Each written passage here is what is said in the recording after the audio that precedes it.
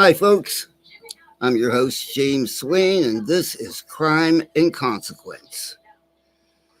Today's episode: the disrespectful demise of a good man, the murder of Joseph Shaw.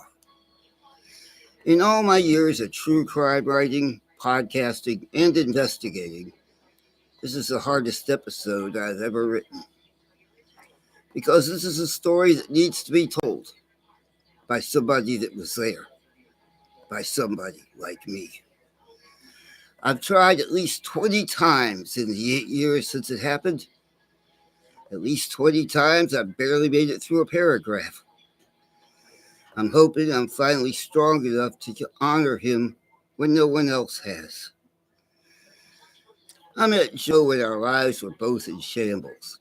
I had been burned out of my apartment and had to relocate to a homeless shelter in a city that was far from what I was used to. For those of you who live in Massachusetts, I left Quincy to spend many years in Brockton. Life went from somewhat normal to the culture shock of a city in turmoil.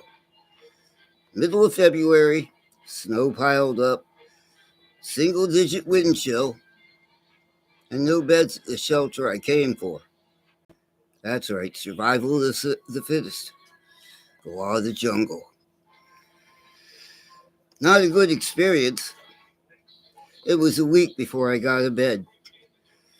And a few days later, I met Joseph Shaw. He, like myself, was in the toilet. Literally. I met him scrubbing a toilet. He could have been an angry man, and many that shared his type of hardship were. Hell, I was a little bitter myself, and I'm a pretty positive guy. That wasn't the way he was built. Joe had a heart of gold, and would go out of his way to help another person in need, even if he had very little. But it took a while.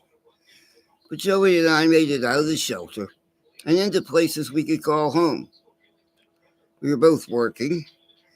I enjoyed my solitude after sharing a bedroom with almost 90 guys.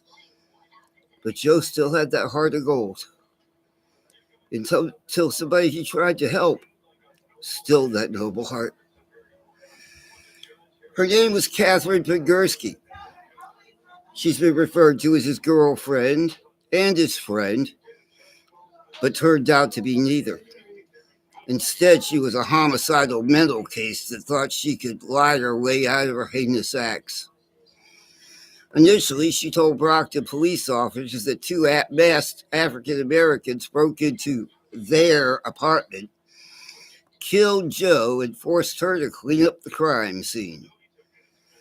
Well, to the credit of the BPD, they knew that wasn't a likely scenario.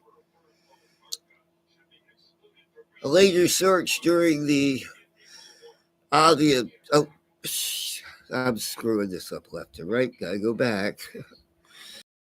Okay, stop. Where's my fucking... Why is my goddamn toolbar not showing? This is fucking ridiculous. It's not even showing my goddamn prompts. What the hell? Share screen. Edit. Oh, God damn it, really? Get rid of this. Save. Where the fuck? Does it not give me the goddamn... Are you kidding me?